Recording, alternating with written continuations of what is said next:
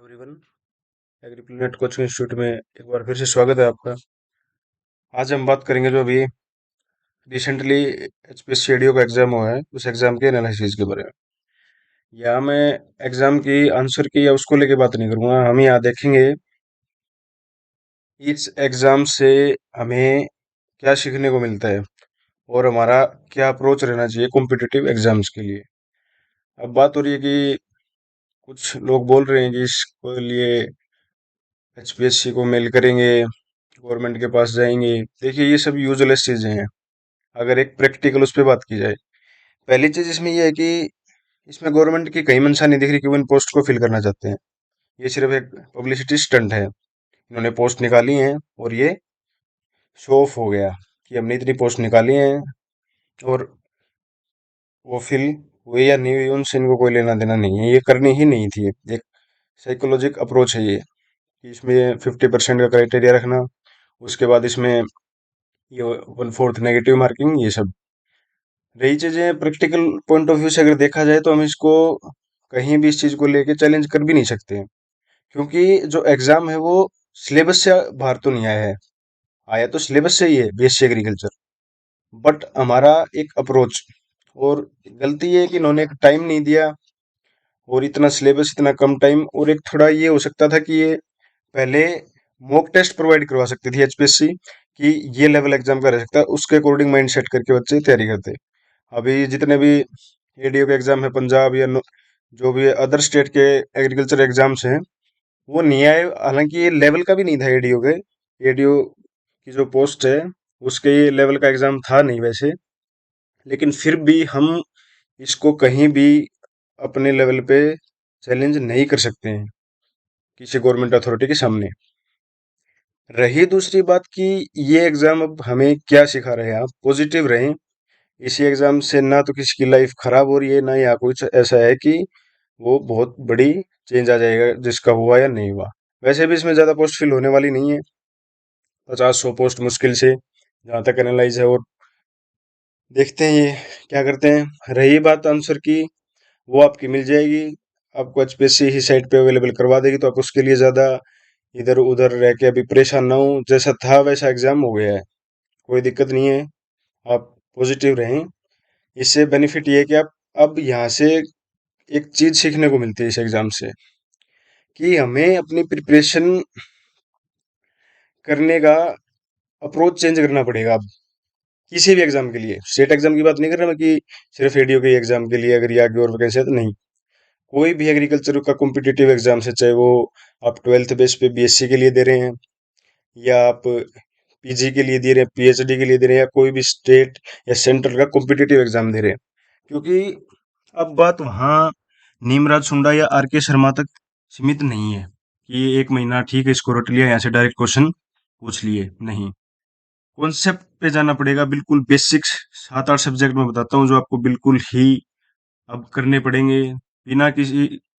मैं पहले सब्जेक्ट बताता हूँ आपको, जैसे agronomy, soil, plant patho, ento genetics, plant breeding, crop physiology, और साथ में जो माइनर सब्जेक्ट जो मेट्रोलॉजी वगैरह वो इसी में कवर हो जाएंगे। ये 7-8 सब्जेक्ट ऐसे हैं जो आपको बहुत ही, जितनी एग्रोनॉमी और सोइल हम जितनी अच्छे से प्रिपेयर करते हैं या की थी इस एग्जाम के लिए, वैसे ही करनी पड़ेंगी। कोई भी सॉल्यूशन नहीं है। रिगार्डलेस, हम किसी एग्जाम की नोटिफिकेशन का वेट करते हैं, उसके बाद कि उसका एग्जाम डेट का वेट करते हैं, फिर प्रिपरेशन स्टार्ट करते हैं। नहीं, कंपटीशन उस लेवल का नहीं रहेगा अब आगे।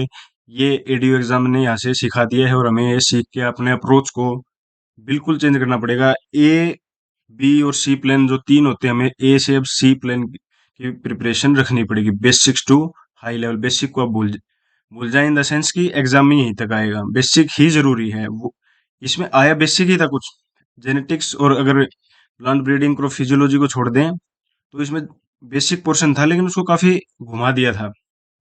फॉर एग्जाम्पल अगर हम बात करें, वो साइकोसेल पूछा हुआ था कि साइकोसेल क्या है।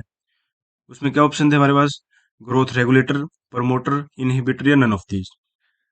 जनरली ठीक है, पढ़ा है कि ग्रोथ रेगुलेटर्स हैं वो। इस एग्जाम प्रेशर में किसी ने ग्रोथ रेगुलेटर भी कर दिया होगा उसको, बट साइकोसेल एक इनहिबिटर है। तो ये देखिए, उसने डायरेक्ट मतलब इस एग्जाम को, इस क्वेश्चन को कैसे उसने थोड़ा सा मॉडिफाई कर दिया, तो ये ऐसे ही मॉडिफाई होंगे, डायरेक्ट क्वेश्चन आपको नहीं मिलेंगे कहीं भी। कुछ क्वेश्चन हालांकि इसके थे तो वो, लेकिन वो एग्जाम नहीं निकाल सकते वो क्वेश्चन, बिल्कुल ही बेसिक भी थे वो, उनके बारे में हम बात नहीं करेंगे। तो मैं यही बात करना चाहता हूँ कि अपने अप्रोच को कैसे चेंज करें आगे। आप ये किसी भी अगर एग्रीकल्चर में कॉम्पिटिटिव एग्जाम की तैयारी कर रहे हैं तो उस एग्जाम में यही सब्जेक्ट आएंगे, चाहे वो कोई भी एग्जाम हो। आप एमएससी का दे रहे हैं या स्टेट एग्जाम दे रहे हैं या सेंट्रल एग्जाम, आप इन 7-8 सब्जेक्ट पे इतनी अच्छी अपनी पकड़ बना लीजिए, बहुत ही ज्यादा, कि आप किसी, आप वेट ना करें एक तो कि अब ये यहाँ इस एग्जाम की वैकेंसी आएगी, ये आई हुई है, क्योंकि अब तैयारी तो कर ही रहे हैं, हमने छोड़नी है नहीं, आपने डिसाइड किया हुआ है कि मुझे एग्जाम क्रैक करने हैं कोई भी, या तो आप इन 8 सब्जेक्ट पे अपनी इतना अच्छी पकड़ बनाइए कि कोई भी एग्जाम आए वो इजीली क्रैक हो जाए। वैसे क्वेश्चन फंडामेंटल क्वेश्चन थे, जो काफी बेसिक क्वेश्चन, बिल्कुल जो बीएससी का जो सब्जेक्ट का सिलेबस है, क्वेश्चन ये वैसे हैं। लेकिन आर के शर्मा, नीमराज, ये हम इस अप्रोच से पढ़ते हैं कि आदत खराब करती है डायरेक्ट, ना तो हम कॉन्सेप्ट पे जा रहे हैं सिर्फ वो कि डायरेक्ट क्वेश्चन। अब आप लोग बिल्कुल भूल जाएं कि किसी भी एग्जाम में डायरेक्ट क्वेश्चन आएंगे, नहीं आएंगे। डायरेक्ट आते हैं बहुत अच्छी बात है, वो तो हो ही जाएंगे, लेकिन हमें बहुत एडवांस इन सब्जेक्ट्स को लेके जाना पड़ेगा, इसके अलावा कोई सॉल्यूशन नहीं है।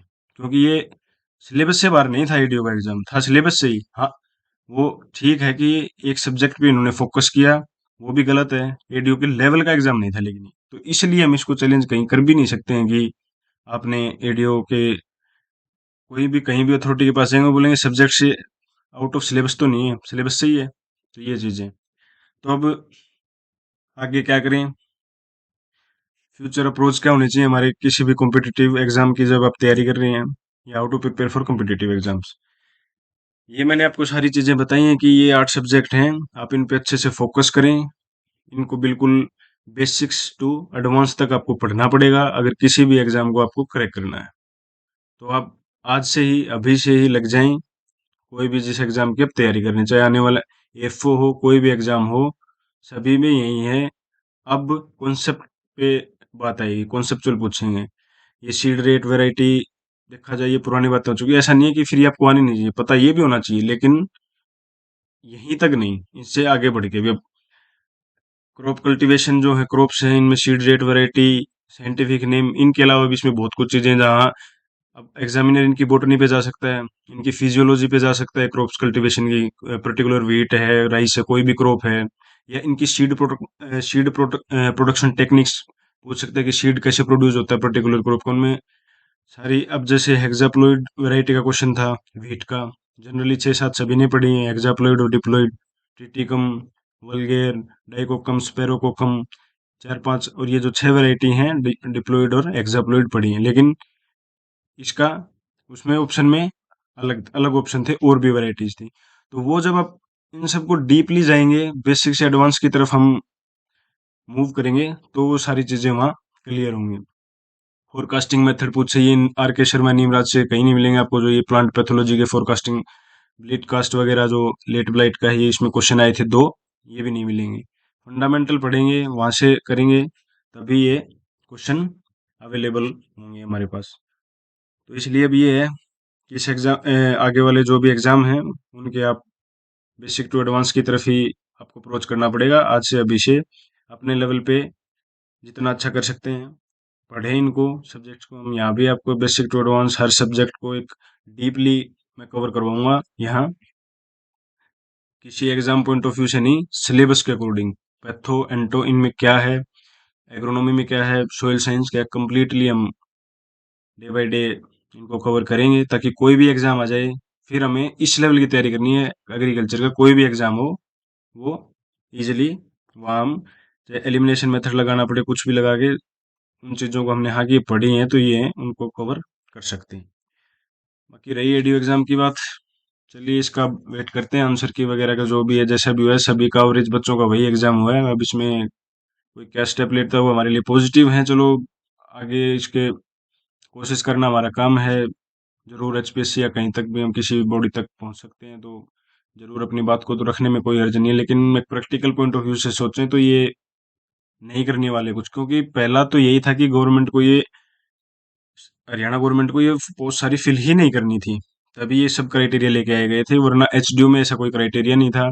बाकी और भी एचपीएससी ने अपने एग्जाम लिए हैं, उनमें ऐसा कोई क्राइटेरिया नहीं है। सिर्फ ये फर्स्ट टाइम एचपीएससी के द्वारा सिर्फ एडीओ एग्जाम में ही ये क्राइटेरिया आया है, और ना कोई एचपीएससी के जनरल जितने भी एग्जाम्स हैं उनमें भी कहीं कोई क्राइटेरिया नहीं है। तो यहाँ से ये साफ दिख रहा है कि ऐसा कोई मंशा या थी नहीं इनकी पोस्ट को फिल करना, लेकिन फिर भी यही एक अप्रोच, तू डाल डाल तो मैं पात पात, यही करना पड़ेगा हमको, और इसके अलावा हमारे पास कोई रास्ता नहीं है। आप अपने सब्जेक्ट में तैयारी कर रहे हैं, बिल्कुल उसको इतना स्ट्रोंग बनाना पड़ेगा कि अब ये चाहे कहीं से कुछ पूछ लें, हम उसको वहां से कर दें। अभी एक दो महीने के आर के शर्मा या नीमराज पढ़ के बात नहीं बनने वाली है, ये सच्चाई है, इसको हमें एक्सेप्ट करना पड़ेगा। तो आज के लेक्चर में इतना ही। अगर आपकी कुछ और क्वेरी हैं कमेंट सेक्शन में कमेंट करके बता सकते हैं, बाकी यहाँ आपको मटेरियल आगे मैं प्रोवाइड करवाता हूँ। धन्यवाद।